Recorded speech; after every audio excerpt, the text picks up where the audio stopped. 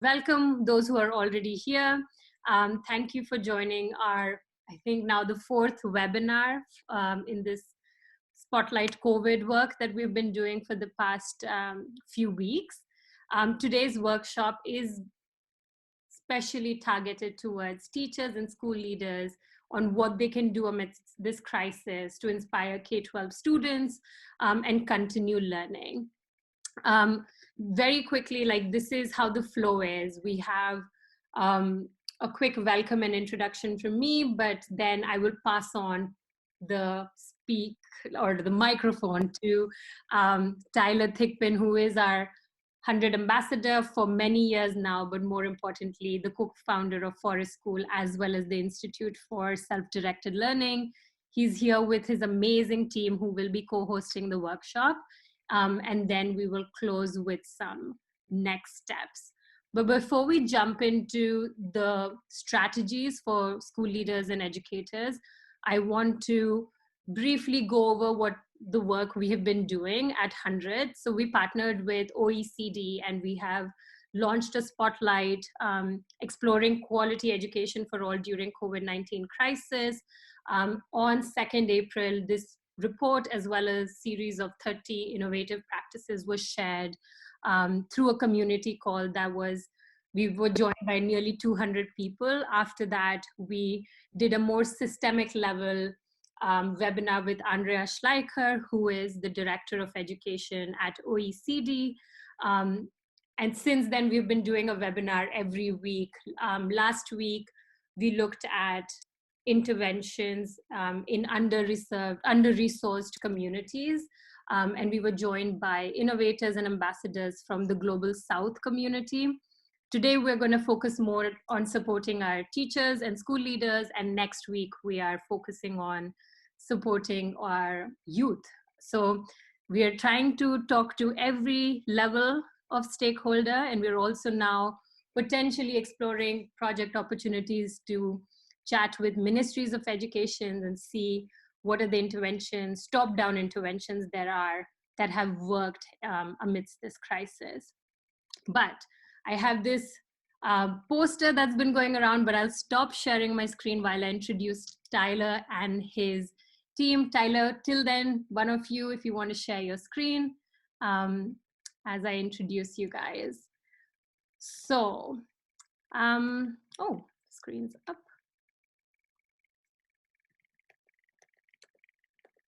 Great, can you see it? Yes, I think others can see it. I'm having a little struggle here. I'm seeing a few thumbs up. Thank you, Derek. All right, perfect. So just to very quickly introduce who will be speaking, we have the leaders of the Forest School and Institute of Self-Directed Learning who will be sharing key strategies that, as I said, school leaders and teachers can employ to inspire learners to shoulder the responsibility for their own learning. So today we're joined by Dr. Tyler Thigpen, Brittany Tolles, Caleb Collier, Amber Bryant, and Mary Laughlin. They are guides at the Forest School in South Atlanta, USA. The Forest School is an independent micro school in South Atlanta from grades K to 12 that incorporates learner-driven technology, Socratic discussions, hands-on projects, and real-world apprenticeships in an intentionally diverse and character-forging community. Tyler, Brittany, Caleb, Amber, and Mary are also co-founders of the Institute of Self-Directed Learning, which is a partnership that equips teachers and school leaders to design schools and classrooms that move students from being dependent learners to becoming self-directed independent learners. You can learn more about their work on www.selfdirect.school, but in today's workshop, they will be sharing the secret sauce of what they've been doing and how they've been supporting young learners to self-direct their learning. So with that, Tyler, I would like to welcome you and you can take the stage. Thank you, Purgraj, and thank you, HundrED, for this opportunity to, what I hope will be honestly, share and learn. I'd love to begin with a story. As Purgraj mentioned, my team and I work at the Forest School in South Atlanta, US. And recently, a parent of ours shared a story that I want to share with you. This parent has 3 children. and 2 of them attend our school. And our school is a self-directed learning school where students are inspired and challenged to shoulder the responsibility for their own learning. And so they set their own goals every day, and they work primarily in e-learning platforms on core skills, and they do real-world projects in the afternoon. 2 of her children attend this school, the self-directed learning school, and 1 of her children attended a traditional school nearby that was designed, that's teacher-driven rather than learner-driven. And she was describing the difference between her 3 children on the very first day and the first few days of remote learning. And she said that the 2 children that came from the self-directed learning school woke up early, opened up their Chromebooks. They set their own goals. One of them even made their own schedule before one of my team members could even give a schedule, and they were ready to learn. And whereas the other child who was in a teacher-driven school, they were sort of sitting around waiting, and they were waiting on the teacher to tell them what to do. And it was in that moment where we realized the benefit of the fact that our learners have been setting their own goals and working at their own pace and really owning their own learning for really months before this crisis happened. And we began thinking, hey, how might we share some of what we've learned about building a culture of self-directed learning? But also, how can we share what we've learned so that we can learn more? So I really do want to invite those of you who have joined us on this webinar today to share your experiences, to share your deep questions and challenges and barriers. But we do not feel like we have figured this out. In fact, on a daily basis, we feel very keenly what we have not figured out. And so we're excited to share and learn with you. In terms of the format for this call, what we plan to do is share a few strategies and then pause for Q&A. And we can do that in the chat, or you can unmute and share, and Pukraj can help with that. And then after a little bit of Q&A, we'll move on to the next few strategies, and we'll do that until the end of the hour. I do want to call out at the very beginning, though, and recognize that every home is different. We are coming from different countries. We're coming from such different contexts, even within our countries. Every home is different. And some of the differences I want to name up front are number one, even though learning has largely gone remote during this COVID-19 crisis, which adults are available in a home varies greatly.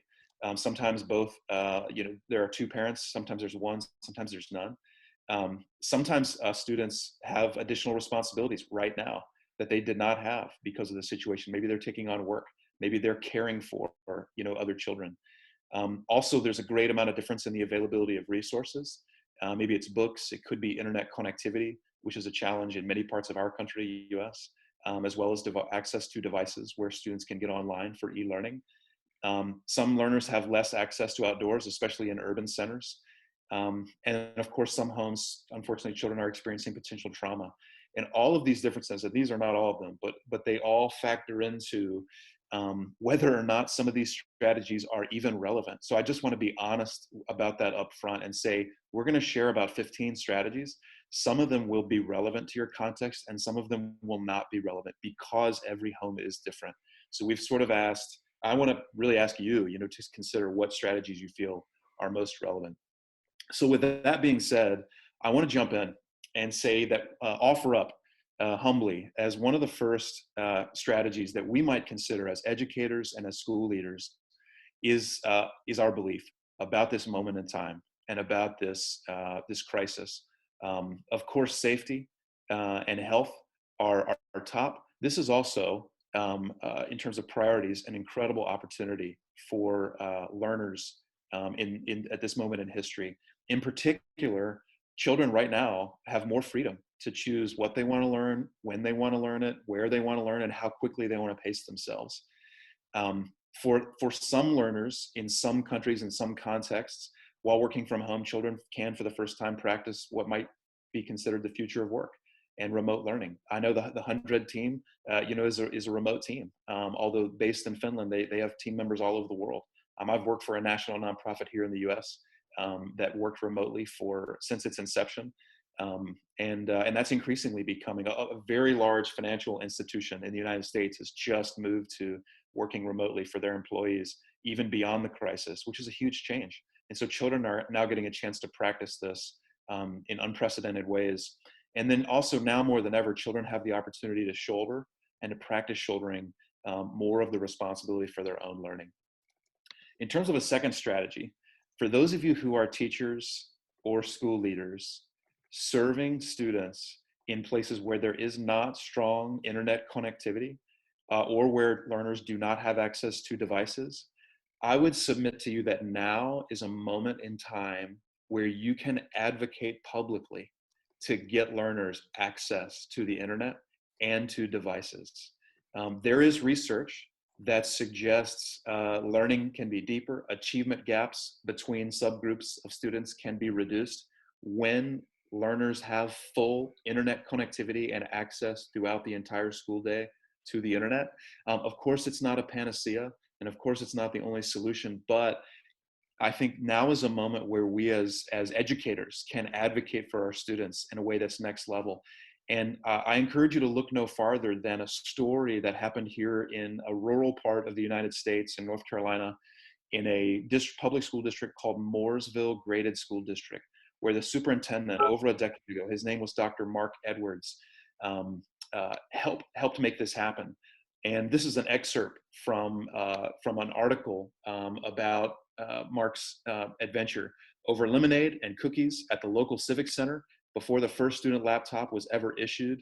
Mooresville Graded School District Superintendent Dr. Mark Edwards met with technology CEOs, national directors of education technology nonprofits, leaders from the community, and 1,000 parents to discuss a digital conversion master plan for the district that would gradually eliminate textbooks from the classroom and position students for deep learning via one-to-one computing and safe, high-speed internet access. To ramp up school and at-home web access, the local internet provider in this rural town that serviced the district stepped up, and they offered high-speed broadband for a fee of $20 a year to families of students qualifying for free and reduced lunch, who are presently half of the Mooresville Graded School District population. So this was a moment where this leader was able to negotiate with a local internet provider for high-speed, high-quality internet for its young people. And I would submit to you that now might be a time to take up that strategy. What I'd love to do at this point is I'd love to turn it over to my colleague, Amber. Amber, if you could maybe introduce yourself very briefly, share these 3 strategies, and then we'll open it up for the first Q&A. All right, sounds good. Hello, everyone. I'm Amber Bryant, and I am the elementary guide at the Forest School. I've been there for 2 years since we opened and am enjoying it very much. I came into this with a Montessori background of about 10 years prior to that, and also worked in the nonprofit sector as well. So I've been able to pull from both of those and incorporate them into our studios at the school.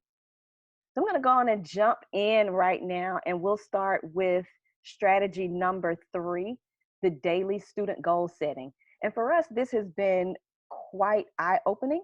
We take time right in the mornings at the beginning after our Socratic discussions for students to go in and goal set in either small groups or with something we call running partners, a one-on-one setting. This allows our heroes to set their daily tasks on what they have to accomplish individually. We do this so that they are able to build accountability with one another. This gives heroes the opportunities to ask their running partners, is that a tough enough goal? Are you sure you can accomplish that today? And it gives them a chance to push each other a little bit further. And now they know that someone knows what they've said they're going to do. And they are able to set goals during the day that they can look back at and say, oh, I haven't done this. Let me take some time out to do this. Or maybe I don't need to spend as much time on math and go back to language because I've got so many things to finish there. So this gives them kind of a daily plan to see what they need to work on and where they are in their actual individual learning plan. Because at the Forest School, we all work on an individual plan. So it gives them that opportunity to go in and goal set and have an eye on what it is, kind of a bird's eye view of what it is that they need to be working on overall. This kind of also leads into something that we do with our heroes one-on-one with a guide and a student, where we give them the opportunity to once a week check in with their guides to find out where they are overall. While they daily goal set with one another, they get a chance to look at a bigger, broader picture of the week and what all I need to accomplish during that week. So they can back out of that week goal that they set with their guides and then individually go in and set a daily goal. So this gives them a great role to look at. This fourth strategy is the use of e-learning platforms. And this has helped us tremendously because, as I said earlier, our heroes are on individual learning plans. So they have to work on what they need to work on. They may all be level 4s, but they may be working at different points on different things. I may have a strength in language arts. My friend may have a strength in math. So I may need to push a little harder and work a little harder in math, and she may need to work a little harder in language. So it gives them that opportunity to do that and to focus on what it is that they need to do. But also the e-learning platforms for teachers and guides help so much because it gives us that kind of back office to look and see what areas our heroes may need to work on, what they may be struggling in, and we can then turn around and schedule target practice areas where we know, oh, well, Johnny's having a problem in math. I'll assign another hero to work with him who's very good in that particular area. Or we'll have target practice one-on-one with a guide and a learner. So those e-learning platforms are extremely important for us to see the diagnostic kind of behind the scenes of what heroes are doing, what they're working on, and what they may need help in. Our final strategy is the fifth strategy, and that is the promise of short daily Socratic discussion. And this is one of my favorite parts of the day and lots of our heroes as well. We do a Zoom call now that we're out of school, and all heroes have to show up for a 15-minute Socratic lunch. And this is a time that's meant to kind of inspire our heroes to think deeply about themselves, about the world around them, and how they can apply what we've talked about into their daily journey. During the launch, we start out with a 3 or 4 minute inspiring story, something intriguing for the heroes. It could be a moral dilemma. It could be a current event that's going on. And we present them with an A or B question. Make a choice, stick to it, and take a stand. And this begins a great discussion for heroes. We let them take the floor. We set the stage, and then they are able to go back and forth, challenge each other with their thoughts and ideas. And lots of them during this time are able to form new discussions up with a charge or a challenge to the heroes. Use some of these things that you've learned, some of these ideas and some of the thoughts that we've talked about today, and apply them into your daily life or when you see them necessary. So that inspiration, especially for some of the younger heroes, gives them the opportunity to think deeply and to broaden their knowledge base. So I think we can go ahead and go to Q&A now. Great, thanks, Amber. We welcome any questions.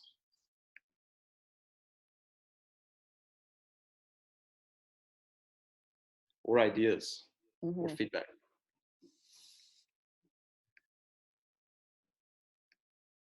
Derek here from Australia. I really like the format that you just went through, and particularly about how you position the use of your e-learning platform. It's too easy, particularly during this time, for schools and learning communities to really focus too much on the e-learning platform as being the savior to contemporary learning. So you're positioning that really well in that was great. Thanks. Thanks for that feedback, Derek.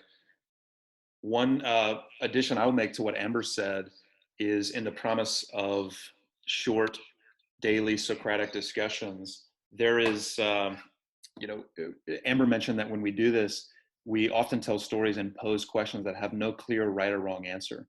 And they have multiple possible, logical, compelling options for what the answer could be to these questions. And so it is Socratic in nature. There's a really exciting network that's just got launched about a week ago by the founder of Ad Astra, which is an independent school on the West Coast based on SpaceX's campus, where Elon Musk sent his children. Josh Don is the head of school there, and he just launched a network where he's actually sharing in an open source way for folks who join the network. Examples of short daily Socratic discussions or challenges. He calls them conundrums. And if you join that network, you can gain access to some of those exciting challenges to really get kids thinking and doing some really fun, challenging, interesting things remotely. In terms of, Pukraj asked, what are the platforms that teachers can use? Amber, do you mind just kind of listing the ones that you're using for your elementary learners? And then Caleb, when you take over next, do you mind kind of listing the ones that you do? Yeah, sure. Do you want me to put them in the chat? That's a great idea. We can go ahead and move on to Caleb then. Okay, great. So I want to introduce Caleb, our middle school guide, and to share the next 3 strategies.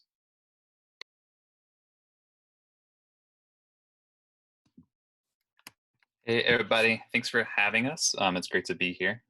Good morning from Atlanta. I know it's different times for all of you around the world, but it's great to join you from my room, stuck in the corner, working from my desk. So I'm going to talk through the next 3 strategies or tips that we have for pivoting to remote work. The first is kind of a there's a mix of things going on, but it deals with schedule and structure. So here in the States, traditional schools are very scheduled right down to the bell ring. So students' days they're used to having their time mandated. And like when you're in what class, when do you go to lunch, how much time do you get for bathroom breaks? So in traditional school settings, students are used to kind of external forces telling them what to do. At the Forest School, as we've said, we from day one are co-create schedules with our students. So there are times in our day where students choose what they want to work on, how long they're going to work on it, where they're going to work on it. And then there are times in our day where we are all together doing something at the same time, synchronously. So we have kept that in play. So moving to a remote environment, we have, as Amber talked about, we have 2 Socratic launches every day. So we start in the morning together virtually on Zoom. So for hosting Socratic discussions, that's the main platform we use, relying on Zoom. We also have Slack as an option of going back and forth with students in conversations. But we come together virtually. We have a brief 15-minute Socratic discussion, and that launches us into the day. And then for most of the morning, students are able to choose their own schedules. How much time they're going to spend in math, how many pages they're going to read in their book, where they're going to work for how long. And then we get together in the afternoon and we have some collaborative work time. So we'll get together for about an hour and a half in the afternoon. We'll come together and do some project-based learning virtually. So where students are, we'll get together, we'll start it with a discussion. There'll be some sort of challenge, some sort of go forth and do this thing given to the learners. They'll do it, and then they'll come back and there'll be a share component. So we build in structure and deadlines throughout some of our day. We give lots of freedom and flexibility through other parts of our day, and we trust learners to find the rhythm that works for them, to build their own schedule, to work on what they want to work on, where they want to work on it, how they want to work on it. 2, we also see our role as creating incentives. There are, life is full of both intrinsic motivators. There are things that I want to do and I'm naturally curious about and want to follow. There are also things I have to do, and there are motivators for those have to do things. Sometimes I have to, go to work and do a job for a paycheck or for some other motivator. So for students in this sort of environment where they're out of the watchful gaze of a teacher, they're might be less incentivized to do work when they're surrounded by other distractions. What are the incentives that keeps them engaged in what they're doing? So we try to tap into whatever we can. Some of it is really diving into high interest areas. So letting learners choose what they want to be learning, giving them freedom to develop their own passion projects, the parameters around their passion projects, to share what they're creating and making virtually with others. And then part of our incentives too is trying to figure out how you can showcase what you're doing. So if you are really cranking it in math for the week? How can you be celebrated for the progress you're making, and how can you showcase that to the group? And what ways can we as a group celebrate you? So we find ways both to tap into intrinsic and extrinsic motivators for our students, and natural consequences. So if it comes at the end of the day, we have a sharing session. You were given a challenge. You have to come back to the group and share kind of your work, and you're not ready. Right? You didn't complete the challenge. A natural consequence would be the challenge remains incomplete for you. So letting that happen and letting learners experience what it means to miss a deadline and experience a natural consequence. Also, flow. So flow is huge at the Forest School. So as we were at the beginning of the year, we spent a lot of time thinking through what it means to get into a flow state. When you get so into what you're doing, you lose track of time, you lose track of distractions, you're zeroed in on your work. So what are the things that need to be true about your environment? What are the things that need to be true about your mindset? What are the things that need to be true about your goal setting to really foster a state of flow in you as you work? So those things, we do that in a in a structured environment at school, but in a remote environment, those same principles apply, right? So how can learners create their own spaces? So when we first shifted remotely, one of our first kind of challenges and discussions were, hey, where are you guys working today? How's it for you? Are you working in your room? Do you spend, like, are you on your laptop in your bed? How's that going? Are you outside? Or what are you surrounded with? How much time are you spending on your challenges? Are you taking breaks throughout the day? Are you going on walks? How are you clearing your head from your work? All of those components of finding space to maximize productivity when you're working, and then be able to take breaks and stay in a healthy mindset as well. So those are three tips we think. Schedule and structure is huge, and allowing learners to co-create those, helping to tap into motivators and incentives, and letting consequences follow, and then encouraging flow states, and giving explicit strategies on how learners can do that at home. So those are three strategies we think are working well for us remotely. So we'll pause here again for some more Q&A. Thanks, Caleb. I want to call out one question that Kendra, hi Kendra, posed in the chat. She says people have an inclination to do more of what they like to do. How do the younger kids do with prioritizing time for reading when they really love math and, for example? And this is a great question, Kendra. And the way we've structured it at the Forest School, and Caleb and or Amber, I want to invite y'all to share what you see happening. But the way we've structured it at our school is, instead of grades, we work with families and learners to create a badge plan. And badges are connected to each subject. So math, reading, writing, storytelling, quest, civilization, that sort of thing. And learners, and a badge basically represents a set of skills and knowledge that we as school leaders, educators, and parents want the learners to be able to master, know, and understand over the course of the year. And so they make progress on their badge plan every session, every month, every week, every day. And they demonstrate mastery of learning in order to earn a badge. And they really get a badge. Actually, every one of our learners has their own passport, and we stamp, in a very formal public ceremony, we stamp the passport with a badge that demonstrates that they have mastered it, and they can get that. And so they naturally, to move on from elementary into middle school, and to move on from middle school into high school, you have to complete your badge plan. So even if you put off, in your example, I think, what did you say? Reading. Even if you put off reading, eventually you're going to have to get to it in order to advance. And we find that most of the learners are motivated to advance, to be with their friends, to move up levels. Some learners want to go fast, and in this kind of environment, it's self-directed, they can go very fast. But Caleb and Amber, what have you seen in terms of how younger kids do when prioritizing time for certain things over others? Yeah, go ahead. I just wanted to piggyback on what Tyler said with the pacing. So, for instance, we have some learners who have, they finished all of their reading requirements for the year, and they finished. and they've been dragging their feet on math. So that is a natural consequence is, okay, maybe you spent less time on math throughout the year. And so you're having to kind of hunker down here towards the end for the final 5 weeks of school and get to the finish line. And then also I'll mention too, we have running partners. So every learner in our studio has a fellow learner that they connect with and say, here are my goals for the day. Here's what I need to do this session or 6 to 7 weeks long. Here's kind of the work I need to do for this session. Here's what I want to complete.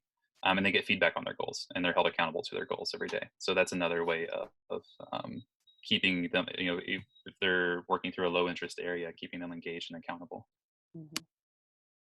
I'll kind of piggyback off of that as well. I think one huge one for elementary is scheduling. So they are sent a schedule every day, and they have a certain number of hours that they spend of core skills. We have reading built into that time as well on the schedule, and they can look back at their goals for the day. So as Caleb said earlier, they set their goals daily. So if they know that they have 2 badge books left to read before they can advance to middle school or to the next level, then we back them out of their goals and talk to them about how many pages do I have to read per day to meet this goal. So breaking those goals down into small chunks that an elementary learner can kind of wrap their mind around helps them to see, okay, I know I need to read 22 pages today. Let me put that into my schedule for that time. And also building in those incentives for us. Just getting that stamp in their badge book is huge. When we have badge ceremonies and do it publicly, they are cranking and grinding, trying to finish up those last minute things that they may not have gotten to, because they want to be able to say, hey, I passed it. So having a schedule and having those times built in and then building in incentives helps with the younger heroes as well. That's great. And the last thing I'll say on that point, even for our youngest learners, from an intrinsic motivator standpoint, we try and connect whenever we can what they're learning to real world applicability. So in the afternoon, when we do quests, which is our word for project-based learning that is human-centered, and we go through a design thinking process there. Learners can actually be inspired by seeing how what they're learning can be useful in the real world. And then from an extrinsic motivator standpoint, our elementary learners even get points. They get points for completing work. And so sometimes learners are motivated to do certain work that they're typically not motivated to do so that they can get those points. And those points translate into freedom levels. And freedom levels, we have 4 freedom levels. They're called nesting, flying, soaring, and then reset. And freedom levels are what you think they are. The more freedom, the higher the freedom level that you have, the more agency, autonomy, and choice you have. So you can decide when you want to eat, where you want to sit, what you want to work on when. You sort of begin to own your schedule. And we find that the youngest learners find that very inspiring. I understand that there is a debate about the including extrinsic motivators in a learning environment, and that there's worry about that. And from our perspective, we are agnostic to whether or not extrinsic or intrinsic motivators are appropriate for school. We include both. From my perspective, sometimes as humans, we need all the help that we can get. And so extrinsic motivators can help us. And we actually find at our school and with other self-directed schools that we work with, some learners are motivated deeply by intrinsic motivators. Some are motivated deeply by extrinsic. And that changes over time. At this point, I would love to. Tyler. Yes, Prakash. There's a very sincere participant who has raised her hand, Elizabeth. She has a question. So can we take her question in as well? Of course. Thank you, Elizabeth. So thanks for all this super helpful insight about incentives, motivation, accountability. It's really interesting. My question is more, I guess, related to this specific moment of virtual home, in the virtual context now. So a lot of people, myself included, are having trouble with focus given all the distractions, the overload of information that we're absorbing, even if we're not even reading the news. So when I think about flow and being in the present moment, I think distraction is a huge impediment and challenge. So I'm curious if you can say a little bit about, this particular moment and how you're helping students, in their home learning, stay in that state of flow without the, the social contact, interaction, and accountability. Yeah. Great question. We feel that challenge daily. In fact, Brittany, I wonder if you might, I know you feel this, Brittany is our high school guide. Any ideas, Brittany, that come to your mind about what strategies are working well to help our high schoolers avoid those distractions? Yeah, that's a perfect segue into fostering companionship and camaraderie. So let me back it up. My name is Brittany Tolles. I've been with the Forest School for 1 year. This is my first year. My background is in social work and experiential education. And so this is my first year and I love it. So with that being said, I'll segue into what we're kind of doing. In this time, it is hard to keep them motivated along with ourselves. And so things that we have done to do so are competitions. So one of our platforms is Khan Academy that we use specifically for high school and middle school. And so we have competitions for the highest amount of Khan minutes that they receive. In addition, we've promised pizza parties for when we go back and next year. We've done virtual dance parties, yoga. We have a virtual gym class. For high school in particular, I think middle school as well, incentives for completing a goal. So a gift card of some sort. We've done team building, as well as Kahoot games. So something that just keeps them going throughout the day. For example, during for the high school, we've chosen a time of 11:30 where they just take a break and just come and join one of those. So that's the first part. Also, too, one thing that we didn't say earlier is we highlight specific heroes that have completed their goals. And so it's kind of like a spotlight on them. So that's another big avenue that keeps them motivated during this time. Another thing that we do are apprenticeships. And so for high school in particular and middle school, they have to complete 4 20-hour apprenticeships throughout the year. And so right now they are doing some of those virtually. So they are partnering with someone, which is just about everyone in America right now or around the world, who is working from home. And so they are completing a apprenticeship with them. And that's in something that they're interested in and something that they're not interested in, so that when they think about their long-term goals and their career and where they want to be, they will have an opportunity to experience just about everything. And so a few of them are bakery, accounting, and just anything under the sun that they're interested in. So the next thing that we do are check-ins. And so we've talked about running partners, but check-ins are specifically with a guide. So myself, Amber, and Caleb and Mary, they do a 15 to 30-minute check-in with us so that we can see if they're on track. So we literally look at their entire badge plan, we lay it out, and look at different gaps and see where those gaps are so that they can make sure that they're filling those gaps. And then in addition to that, we do parent conferences twice a year so that we can check in with parents so that parents, in addition, know where their hero lies in their badge plan. And so those are a few strategies, but I want to go back. Did that answer your question in regards to what we're doing to keep them motivated? I do want to add, if I can, this is Amber speaking about the motivation. For elementary heroes, we have taken time to sit on Zoom and actually do our hour-long or hour-and-a-half-long civilization or storytelling time.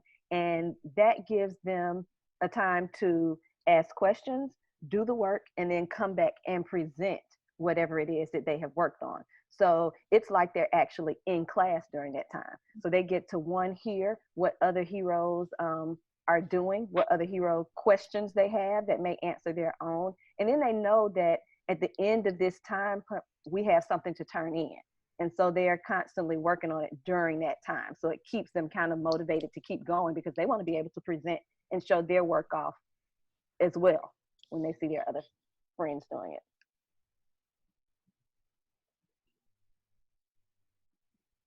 The other thing that that reminds me, we do, Amber, Brittany, and Caleb do a great job of this, and Mary as well, is they will virtually give a group of learners a challenge. They will give them a set period of time, but then they will give them a deadline of time to say, okay, you know, at 3 in the afternoon, come back to this Zoom room, and you're going to share what you made, or you're going to share your decision or your recommendation. And so there's a level of accountability there that keeps them, that increases, you know, focus and flow leading up until that point, because they're having to share their work publicly, you know, with their peers, and sometimes with experts who our guides will invite into the studio. Amy, do you want to, or excuse me, Mary, do you want to share strategy number 12 and introduce yourself? Sure. Hi, I'm Mary Laughlin, and I'm the art guide at the Forest School and have been there for 2 years now. And actually what Tyler just said is kind of how we're practically approaching art right now. I will give them a challenge in the morning and email that to them or put it in our one of our online platforms. And then we circle back around for a Zoom call for them to present their work to each other. So there's a level of accountability there for them to do the project, and also they have to share it with their peers. So there's also some accountability for them to complete that project well and do a good job on it. When we're thinking about art at the Forest School, whether it's working remotely or whether we are actually at the school, we think of it in terms of creative experiments and fostering the outcome of creativity and developing that 21st century skill. I feel like that's really valuable. So for planning right now in a remote environment, I'm thinking through, you know, fostering creativity through just simple items that they have at home that they can use to make things with. Things like recycled items, simple art supplies like paper and crayons. Are there Chromebook extensions that they can utilize during right now to create things with? And also challenging them to create things that inspire others. So some of the projects we've done so far are creating nature collages outside for others to see, stop motion films using the Google Chromebook extension, designing a town using cardboard boxes, and then doing blind contour drawings of their studio mates over Zoom calls. So those are some of the examples, some of the things that we've done just to continue fostering creativity and keep them making things, even in a remote environment. Thanks for sharing, Mary. Want to welcome a few more questions before we go to the last 3 strategies.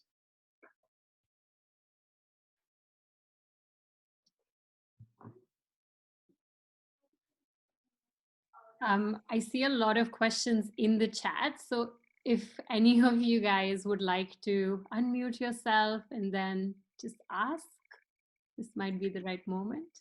Can I say something? Please. Hi, this is Harris from Cyprus. Great ideas, guys. I would like to go back to what Tyler said in the beginning, which resonates with what we heard from the previous webinar with Andreas Schleicher regarding that we have moved from spoon feeding children to students to giving them now an opportunity to have ownership and to direct their own learning. And I'm having the pleasure of confirming that together with their teacher as I'm a psychologist co-facilitating one class of 24 9-year-olds. Now we're using Zoom, and indeed the children are so happy with having an opportunity to present their creations and to talk about what they've read or how they have discovered that they're learning now, that they're more relaxed. And so I think it's a great opportunity to put this back to the students and ask them, exactly tell them that, hey guys, what are you realizing now that you have more time and that you're directing your own learning? And the kids will come back with ideas. So I'm already noting things that I can do with this class based on what you're telling us. So thank you. Sorry for eating up the time. No, thank you for sharing. That's inspiring and encouraging. We share that belief that young people are in fact capable of shouldering the responsibility for their own learning. Well, let me jump into the last three, and then we'll open it up with a final Q&A. As a school leader and educator, obviously communication and feedback with learners, communication and feedback with parents, communication and feedback among your team is so critically important at this time because we are not present together. And so for our parents, for example, we send a weekly SurveyMonkey survey that asks them two questions. On a scale of 1 to 5, how satisfied were you with your learners' learning experience this week at school? And then they rate 1 through 5. And then we ask them a qualitative question: what could we do to improve? And then based on the feedback that we get, we meet as a team every Monday and we look at that feedback. And if it's actionable, helpful feedback, then we make changes and we communicate those changes back to all of the parents. If it's just emotional venting from parents, which sometimes happens, then we don't respond because there's nothing we can do. Or if they're asking for something that might be a good idea, but it's not in alignment with our mission, then I will call that out and actually say, this is a nice idea, but it's not in alignment with our school's mission for reasons X, Y, and Z. Please, reach out to me if you have any further questions. So we try and stay mission aligned, but we really want to keep the lines of communication and feedback open. Our guides regularly ask our learners for feedback on challenges, on discussions, on quests, on launches that they give, and they incorporate that into future work. A 14th strategy is we have virtual parent coffees with our parents. And we have found that they actually are grateful for the chance to connect, rub shoulders, to make sense of this crisis together, and to workshop, if you will, how to best support their learners at home. And so we facilitate those. Usually I will start with a story and a question that has no clear right or wrong answer, and I will let the parents engage. And the expertise is really among all of the parents who have deep expertise in parenting. And we sort of share ideas willingly and steal ideas shamelessly from one another.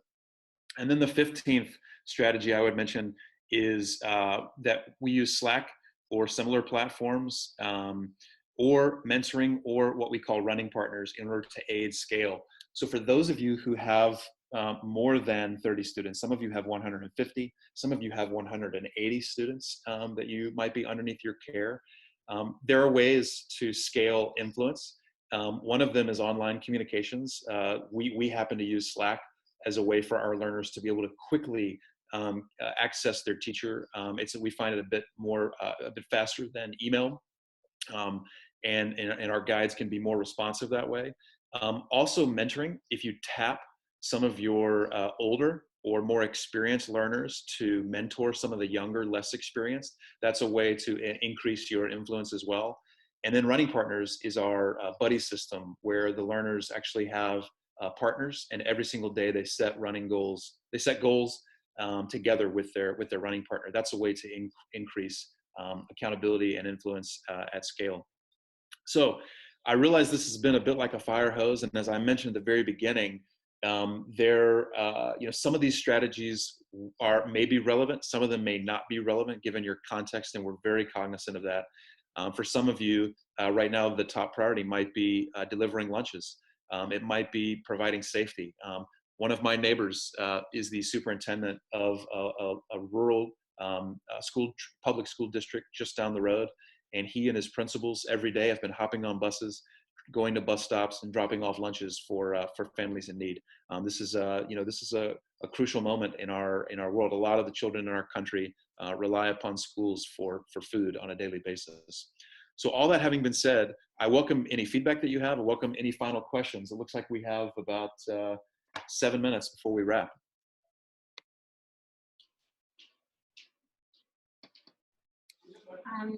I can ask maybe Marcus's question. Tyler, he says, when students begin, do you focus on strengths for growth mindsets such as grit, etc., and maybe how? That's a great question. Guides, any of you want to take that question?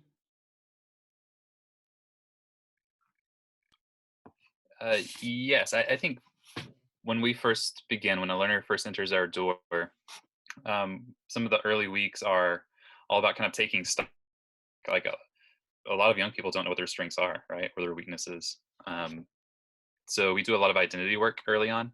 Who am I? What do I feel passionate about? What am I good at? What do I struggle with?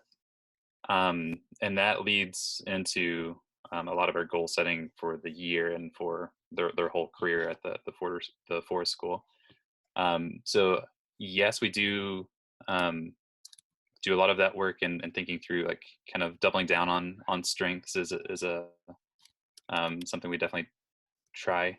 We also encourage and build experiences that are disconnected from their strengths or their interests to provoke and challenge learners in other areas.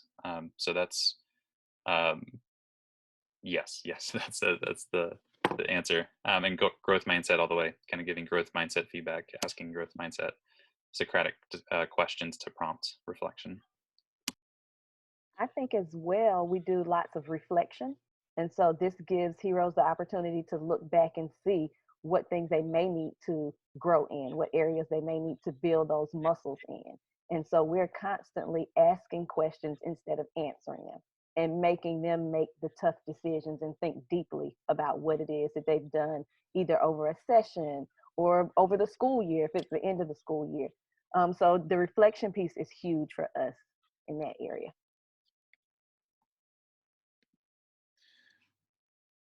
Hello, this is Saku Tuominen. One question coming from the Finnish perspective. There's a lot of discussion at the moment in Finland about two almost like opposite strategies. One is to continue education as it was, meaning sticking pretty much to the curriculum that was used before the crisis. And then on the other spectrum is the approach where you are dropping practically everything and you are seizing the moment. You are using kind of like a project-based learning and so on. So what would be your take on this one? Should you kind of like, how do you find the balance between using the situation as trying something totally new, or at least partly sticking to the existing norms of education? I have a few thoughts, but before I answer, Brittany or Mary, any thoughts?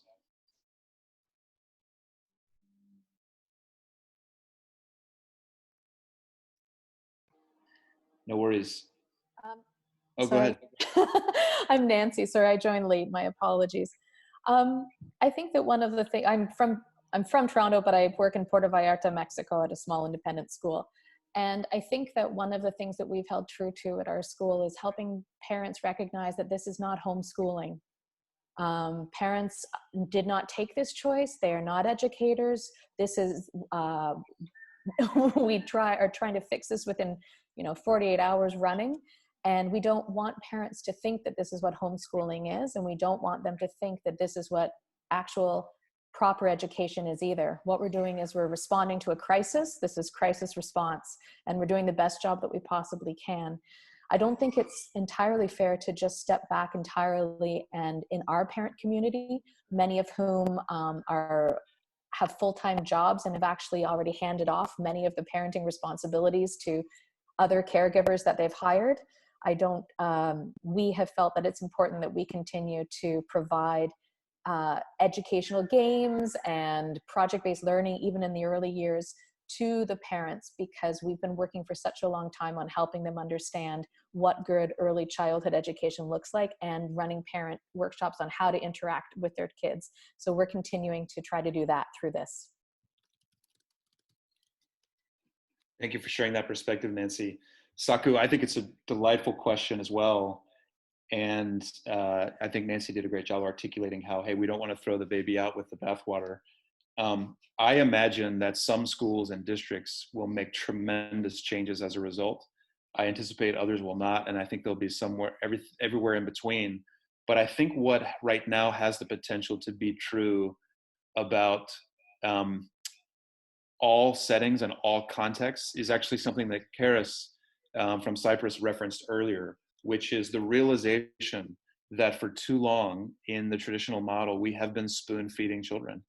And as a result, they are not the kind of, on the whole, independent learners that we hope to graduate.